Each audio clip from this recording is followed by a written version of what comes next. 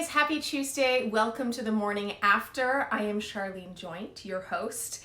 And today we are recapping Hannah's season of The Bachelorette. It's season 15. I don't know how that's possible, but here we are. There's a lot to talk about. And this season is being brought to you by Starbucks at Home. And so we're kicking off each episode with the buzziest moment. And so this is a fun, lighthearted, or remarkable moment that I felt everyone is talking about or that just sort of stood out to me. And again, this is in partnership with Starbucks at Home, which is available at your grocery store. And so you can get your morning caffeine buzz on in the comfort of your own home. And so my buzziest moment of the episode was... I actually don't think this is a surprise. I'm making it sound all suspenseful, but I think it's pretty obvious. It's when Hannah confronts Scott about having a girlfriend.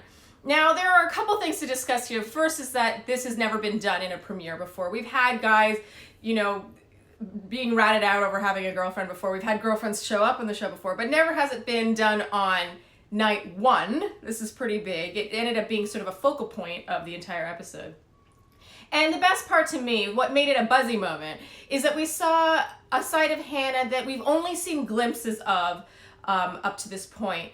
We saw it when she got sent home last week. It's this sort of strong, badass Hannah, but she sort of struggles with her self-worth and her confidence, and it really came through in this moment in how she handled Scott. And it just felt like a great way to kick off the season with a good, rah-rah, girl power feeling. And it also went a long way in proving herself to a lot of people who thought she was one way and when maybe she isn't. And even though Scott tried to finagle and manipulate his way out of his web of lies, I wrote more about this. I love that she saw right through it and was having none of it. And it's really cool to see this side of her, especially given how nervous and tongue-tied she has a tendency to become. So yes, this was the first taste of Bachelorette versus contestant Hannah, and I was into it. She was powerful and she took control, and yeah, that was last night's buzziest moment. All right, we're going through in chronological order as we always do. I'll start off with some hometown packages that stood out to me. I actually thought these were really solid intro videos this year. Sometimes they're a little ho-hum, but these ones were really good. I really liked Tyler, the contractor / dancer, the one who was 2 courses away from being a dance minor. I thought the dancing was pretty cute in the half-built house. I thought that was really fun. It was unexpected. Joe, the box man, I love this. I thought he was hilarious. Andy jokes, actually, that if he could go back in time, he would get into the corrugated box business. So there you go.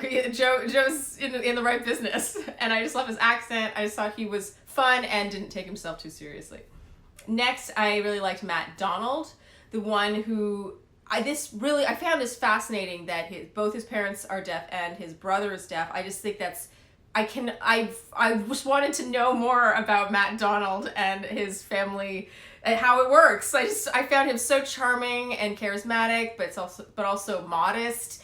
And I liked that he could admit that he doesn't normally approach women. We always tend to get the kind of guy that's I go after what I want. And I just think it's a lot more... especially in this day and age where men don't really approach women anymore. I just loved the honesty. I think more men are like him than the opposite. So yeah, I was really into Matt Donald. All right, Hannah. We get a little background on Hannah. So I really like Hannah, and I liked this fine. The background about her history with pageants and not feeling good enough. It's just fine because I understand pageants are a huge part of her life, of course, but. Then we find out, in passing during a conversation with Scott, that she is an interior designer. Does she have a degree in that, or is this something that she's done? I did a quick Google. It seems that she has worked as an interior designer, and I was how has that not come up? Why wouldn't that come up in the preview about her to the season about her? It just made no sense. That it wouldn't even be touched on that she was an interior designer or works part-time as an interior. Just something about her career beyond being Miss Alabama. We know that she's a pageant girl, and I think that's wonderful. I know that it takes a lot to become one. I just think that you know, I just think that that's kind of an interesting anecdote that I would have been interested to have heard more about. Okay, moving on. My notable one-on-one times from last night. And I mean, these, I'm pretty much going to mention the ones that were shown, which means that these are the people that, you know, are the ones to watch. Luke P. Okay, so Luke P, I mean, we know Luke P's going far. He got the first impression rose. He's clearly the one to watch this season. In his one-on-one time, he really showed to me that he's good with women. Like, better than I was expecting, actually, because based on his intro video, I thought he was a little, you know, a little too Bachelorette perfect, and maybe the kind of guy that is a personal trainer who relies on his looks. But the way he dealt with Hannah was actually really, he was smoother than I was expecting. And he was very effusive. He played up feeling like behind his friends and family in terms of being married and having kids, despite being 24. This blows my mind. I guess I'm from a different place, but 24, you're not behind. He said a really good line, which was, "I'm already really into you, so you have some catching up to do." That's pretty smooth. And yeah, I like him. I don't, honestly, I'm not a huge Luke P fan. I find him a little too polished. He's a little too like ding, like he has his halo and he's ready to be on The Bachelorette. And he's a major front runner. We're going to see a lot of Luke P. Maybe he will change my mind about him. Mike, in his one-on-one time, I wrote that he's a great listener. I wrote that in all caps. And he really reads to me as a man among boys. He's 31. It's funny how just those, 5 to 7 years can make such a difference. He just really comes off as more mature and just sort of confident in a quiet way. Connor J, half Asian. You guys know I always have to point out half Asian. And I gotta say though, I don't really understand getting out of the limo and speaking another language if it's not your mother tongue. Because at that point you're just sort of showing off and you're like, I can also speak this language. It's one thing if it's your mother tongue and you're like, hey, this is like a huge part of who I am and my culture. It's another thing to be like, je parle français. For no reason. Anyway, the one-on-one time he threw Hannah a bachelorette party. This is cute. I just don't buy the chemistry here. I think Connor J is going to go to about episode 5 or so.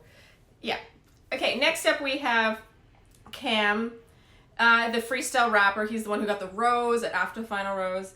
I want to like Cam so badly, and that's because he feels really off the beaten path for this show. Like, he's just different from your typical guy that gets that first rose. And I really love that Hannah gave it to him as opposed to, say, Luke P after the final rose. He's just a little different than what you would expect. However, I just feel like Cam is trying a little too hard. He speaks a little too much in catchphrases. When he was asked how he got to be so good at freestyling, his answer was, ABC, always be Cam. And just who says that? Who says that? I just really wish he hadn't. And that wasn't the only time. He kind of just dropped these like catchphrases that felt sort of like rehearsed and prepared instead of just being kind of normal. Like, you're already rapping all the time. You don't need to also, when in conversation, have something prepared, in my opinion. Anyway, he got the first kiss, so what do I know? Okay, Jed. He had his one-on-one time and he sang and played the guitar for Hannah. I'm always a bit suspicious of people who display their talents that can benefit from being seen by millions of people on national television on the very first night.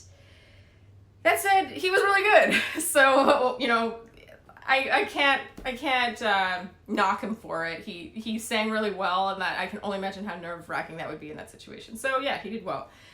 Joe, I like Joe. He was entertaining. The box man. He said, "You check all my boxes." I wrote in all caps, "He amuses me." And, episodes like this would be a lot less interesting without the Joes of the world. So even though he ended up going home and I'm sad about it, he entertained me. Next up we have Peter. I mean, this is major frontrunner. Peter, you'll see in my Flair recap, he's my top frontrunner. Good natural conversation between him and Hannah about his aviation family. Katie, while watching, was like, wow, she's really into him, which I think says a lot because Katie knows Hannah really well. The full conversation was shown, full limo exit was shown. He had a hometown package. My favorite thing probably about this is that there's good chemistry, but it feels natural and slow moving. It felt like, hey, we're just getting to know each other and we're learning about each other. We don't need to be like, okay, let's kiss now. It just felt like more naturally paced. It just felt like we know there's a kiss coming. We know there's something there. And it just, it keeps us wanting more instead of less. Okay, so next we have Scott. Okay, so Scott, the one with the girlfriend. Hannah confronts him. This starts out pretty par for the course. Scott denies and denies that he has a girlfriend, and then it gradually becomes kind of, fishy, because it becomes, she messaged me Monday to, we were dating until Monday. It's kind of like, well, which one was it? And then things got a little rough where he hyper manipulatively turns things around on her and claims that he could make the same complaint about her and Colton. Oh, just everything about this guy gives me the heebie-jeebies. That kind of manipulation and, twisting the blame. And when it doesn't even, it's not even this remotely the same thing. Are girls falling for this? It scares me. I hope the girl that was waiting for him back home, promptly broke up with him when she saw that. And if girlfriend, if you happen to read my recaps and watch my videos, break up with that guy, that is, yeah, that's not a good sign. He's got a lot of growing up to do. And he really has to learn how to value women, because he obviously, up until this point, hasn't and does not. Connor S.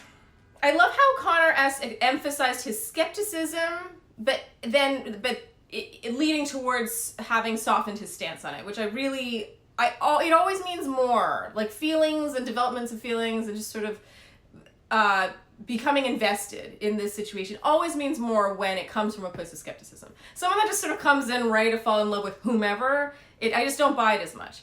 And so, yeah, I was into Connor S. I just thought he seemed natural. He seems a little young, but Hannah's also young, they're the same age. It just felt like a young, innocent, sweet love, and they had a kiss. And yeah, I was a bit surprised I didn't see Connor S. as being a front runner based on the limo entrance, or not the limo, the fence jump entrance. But he is, and I'm into it. I like Connor S. So that's it for my one-on-ones.